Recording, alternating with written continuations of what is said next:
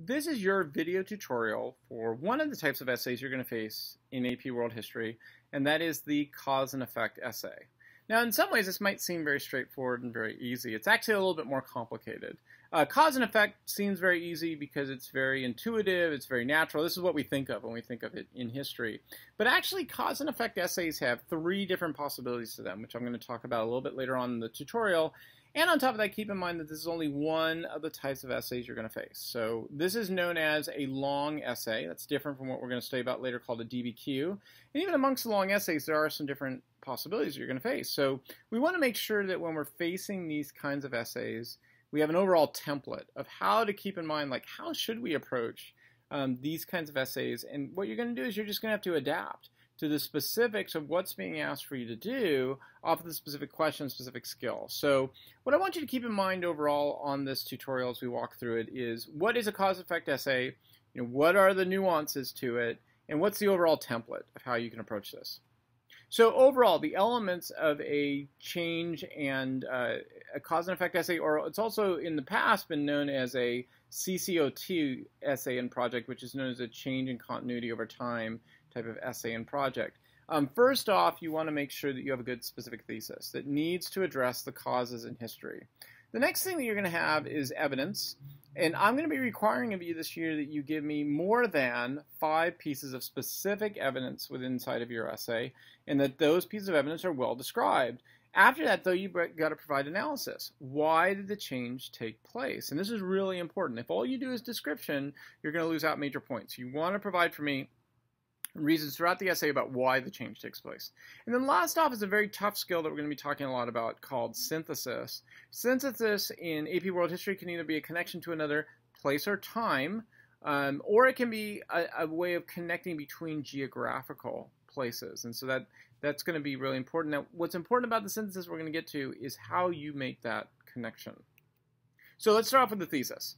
I know for many of you, you're going to be taking Honors English this year, and you're going to get confused because your Honors English teacher is going to say, look, you start off with an introductory paragraph with a hook, context, then your thesis, okay? That's because your Honors English teacher, who is teaching you correctly, is teaching you to write for an audience, and their audience is a college professor, okay? Your audience for this class is going to be different, though. Your audience is going to be for the AP National Grader at the end of the year. And this is normal and this is good. You need to be able to address different audiences with different purposes. Now, how do I know this? The reason why I know this is because I'm an AP National Grader. I grade at the end of the year for AP National Tests. I've been doing it for the last 15 years. I did it for AP US History for 5 years. I've been doing it for 10 years for AP World History. So I know what they're looking for. And the first thing they look for is a thesis statement. Now, if you provide them a hook sentence context, they're not going to take away points, but they are not going to look at that stuff. It's a waste of your time. It's a waste of your space on your paper. You want to get directly to your thesis, and I'm going to require that of you this year. I want you to go directly to your thesis. Now, that doesn't mean you're not writing an introductory paragraph. You are. But the thesis is the introductory paragraph. Let me repeat that. The thesis is the introductory paragraph. It's going to be 2 to 3 sentences, indented, separate from the rest of the essay, but all the introductory paragraph is 2 to 3 sentences, the thesis. Make sure that that thesis argument addresses the overall change or cause of change in the essay. You want to provide a sentence on significance tying back to the prompt, and you want to make sure that any argument you give has a reason, or what we call a because statement, explaining why the change took place. So I'll use some examples here of like a poor example and a really good example of how this works. So a poor example, let's take Rome as, let's say our question was about Rome and how Rome developed. A poor example would be Rome changed for many political, social, and economic reasons throughout the period the Roman Empire established roads and highways. Okay, 2 major problems here. First sentence is way too vague. Second sentence, way too specific. So the first sentence is way too vague because it uses these terms that students love to use. Political, social, and economic. Now, why is that a problem? Well, political, social, and economic are always happening. They happen in every society. We want to modify these and state what we mean by political, social, and economic. So either kick that language out, don't use that, or modify those terms. Now, what's wrong with the second sentence? Isn't that good? Well, the problem with the second sentence is way too narrow. So is your entire essay going to be about how Rome established roads and highways? That's a really good specific piece of evidence. It's not a good way to establish an essay. It's going to be like an overall argument for the whole essay. So here's a better example. Rome changed from a republic to an empire due to the internal need for land and external drive for expansion. Throughout the period, Rome sought out new resources to calm internal class conflicts. This demonstrates how internal conflicts over land change the composition of leadership. Now notice what we've done here in this specific example. First of all, three sentences. Okay, this is good for an introductory paragraph. There's your thesis. Okay, it tells me what the change was specifically, but not in a factual manner. This is not evidence. This is an argument. Change from a republic to an empire because of, due to, internal need for land, external drive for expansion. So there we have, right there, a reason telling me the specific change. Okay, throughout the period, Rome sought out new resources to calm internal class conflicts. Okay, this demonstrates how internal conflicts over land changed. Now, notice that's a significant statement at the end. Here's why I'm telling you about this. I'm telling you about this change because it shows the change in leadership that took place. So now we get to the body paragraphs. In the body paragraphs, we're going to start off with a topic sentence. Always start off with a topic sentence. Please make sure you do this. You cannot just start jumping into talking about what's happened. You start with a topic sentence. And the topic sentence must be a specific argument about change. Now, you're going to need about 2 to 3 body paragraphs about changes. And you want to make sure that the changes are arguments that provide me with a reason why the change took place. If all you do is just describe a change, that's not enough. So I want to give you a good example of what I'm looking for in like a specific example of a change statement. So here's a poor example. Rome had multiple triumvirates that competed for power. Okay, you might be thinking, well, what's wrong with this? I mean, this really gives us specific things. We have specific about triumvirates, right? But there's nothing here really about a specific change that took place, okay? Notice with a good example how we changed this just slightly to make it more specific about change. Rome's triumvirates transferred power to generals who centralized control. Now notice, this is not factual. I haven't given you like facts and evidence as of yet, but I've given a very specific demonstration of a change that took place. Rome's triumvirates, specific, transferred power to generals, specific change, who centralized control, specific consequence. Evidence. Okay, now each paragraph has to have supporting concrete evidence. This is where we get to specific facts, okay? You want to make sure you provide specific evidence. It's going to be historical examples that are well described and provide significance. Yet, now this is where you're going to get a little confused on numbers here. The essay overall has to have a minimum of 5 pieces of evidence. That's hitting the standard. To get above the standard, to get more points, I want you to go beyond 5 pieces of evidence. So you're going to have greater than 5 pieces of evidence to go beyond and really have like that excellent A type of essay versus the basic kind of meeting the standards 5 pieces of evidence. If you have less than that, then you're below the standard. Now what I suggest to hit that is this, and this is where you're going to get confused. So overall, the essay should have more than 5 pieces of evidence. Each paragraph should follow something called the rule of 3. That means each paragraph should aim for 3 pieces of evidence. Now, does that mean that every paragraph has to have this? Well, this is why I like to call it really a guideline of 3 than rule of 3. If you have in one paragraph, you only hit 2 pieces of evidence, your essay is not all of a sudden sunk. The point of hitting like the rule of 3 is because that's going to help you to get to that more than 5 pieces of evidence really quickly. But if you don't do that, if you don't provide rule of 3 in one paragraph, that's okay, as long as overall in the essay you're going to give me greater than 5 pieces of evidence, well described, connected back to the thesis. But last off, you want to make sure that your evidence is analyzed. This is so important. You've got to provide reasons for the change. So you can't just describe the change. You've got to provide an explanation of why the change takes place. Now, I would suggest a good place to put this, just because it flows nicely, is in the last sentence of each body paragraph. It helps with transitions.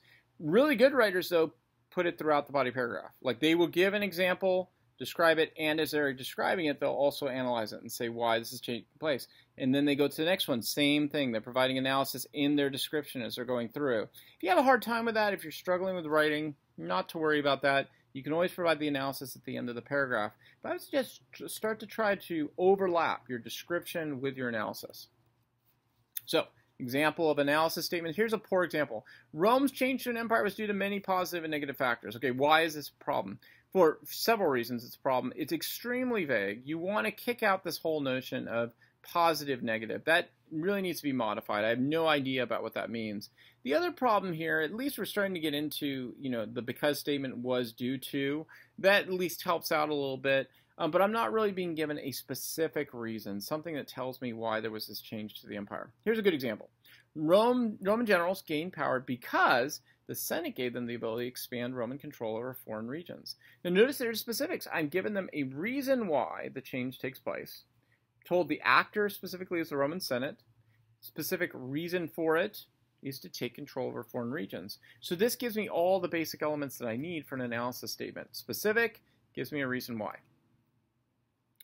The last paragraph you're going to have is a concluding paragraph. And I know, again, in your honors English class, you're going to be taught concluding paragraphs should be about restating the thesis, restating the main points. That's not what you're going to be doing here.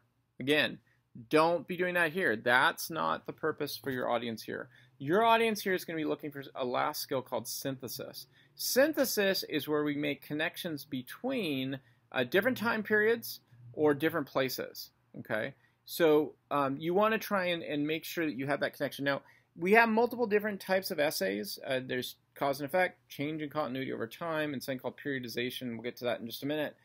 You don't have to provide a synthesis on every single element. You can provide a synthesis, for example, on change or on continuity. You could provide a synthesis on cause or on consequence, okay? But what you've got to make sure is that you provide a direct comparison between one period and another time period, between one place and another place.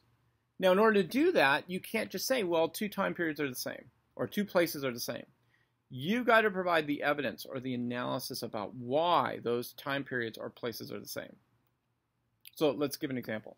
Rome's expansion was similar to China's expansion into Southeast Asia. Okay, well, what's wrong with this, right? I mean, you have Rome. Rome had empires. China, Chinese empires. They expanded. That's true. Okay, so aren't we there? Well, no, because all it's stated to me is that they're similar in expansion, but why? What makes them similar in expansion? Rome's expansion was due to strengthen the centralization of the bureaucratic leaders, similar to China's need to provide unity for the Confucian elders. Now notice, both are comparing expansion, but what makes this a good synthesis statement is that the reason given is for a centralization of the government, a unity of the government leaders. So that's what you want to provide in the synthesis. You want to be able to say, here is the comparison between two time periods, between two places, and here's the reason why they're similar. So what should your essay look like overall? I mean, we've gone over a lot of stuff here. Your head is probably swimming. I'm sure you're like, oh my gosh, how am I supposed to put all this together? Here's what your essay should look like in the end.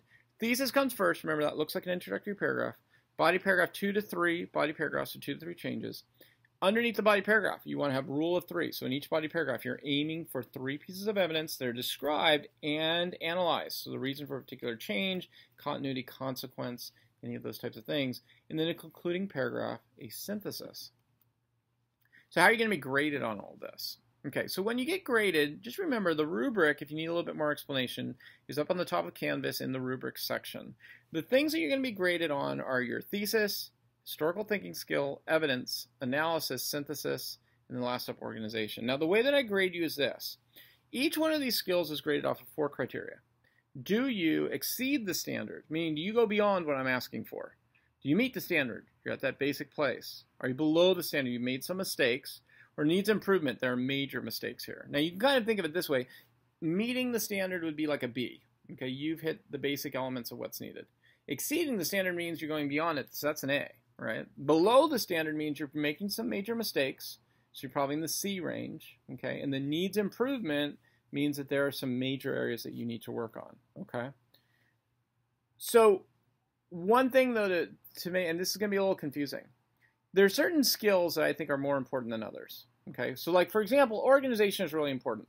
We want to have a good essay that's going to have good transitions. It's going to be chronologically ordered, meaning the historical events come in order, and it's clear to read. That's an important skill.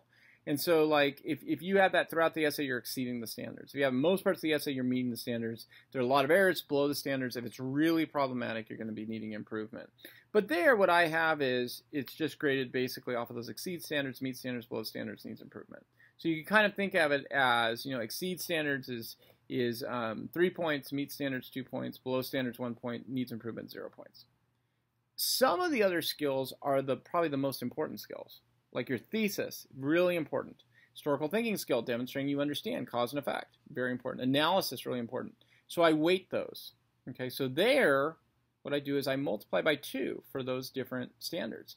So exceed standards is 3 points. If you score that on your thesis, I multiply that by 2, you get 6 points off of that. Okay, so certain skills I really have weighted and I made it a little bit more important because these are the major things you're going to get graded on at the end of the year by the AP graders. So last off, you might remember at the very beginning of this, I said that there are different types of cause and effect essays, and you might be getting confused by that. In some ways, they're really the same. Overall, cause and effect is basically the same throughout, but there are some nuances to this. So cause and effect talks about causes and consequences. There's another type of cause and effect essay called change in continuity, where you talk about the changes that take place over time and the similar patterns that take place over time. And then last off is something called periodization. What are the big time periods, and how do we see turning points in these time periods? Points where a cause shifts the way things are being done. What you're going to have to do this year is to identify what type of essay is being asked for and then really adapt the rubric to fit for that. So what are our takeaways at the end of this? First off, please remember that cause and effect essays, regardless of the type, always need to address at least two major points. So if you have cause and effect, it's cause and effect, cause and consequence. If you have change in continuity, it's change, continuity. If you have periodization, it's what's the big change that took place and what are the effects afterwards. So you always have to address two major points in these essays, okay?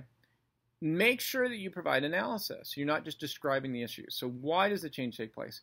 Why does the effect take place? Why is the continuity taking place? Make sure that you provide a synthesis where you connect between time periods or different regions and give me a reason why. And the last thing I want to leave you with is this, and it's probably the most important thing that I want you to take away from this, is remember you're writing to an audience of national graders. So I know this is where students get confused, and it's like, oh my gosh, my English teacher's telling me one thing, you're telling me to do another thing, how do I make sense? Can't we just have all the same type of essay? To which I say, no, you can't have that. And I know that's confusing, and it's frustrating, but that's the way life works. Writing is not a formula. Writing is not math. Writing is both science and art. And in fact, that's the way most life is. Okay, so like during this year, I'm sure right now you're thinking, whoa, in this rubric we have meeting standards and exceeding standards. What the heck does that mean? Well, that's the science versus the art. Meeting standards is how do you hit what you're being asked for? Exceeding standards is what's the quality. So I would suggest get used to the fact, at the beginning of the year for any of your AP classes, probably going to see your grade go down a little bit in your essay section. Don't get worried about that, because eventually it's going to pop back up. It will. What you're learning from me right now is how to take those basic elements you need and improve upon them qualitatively so that over time you get to be a stronger and stronger writer.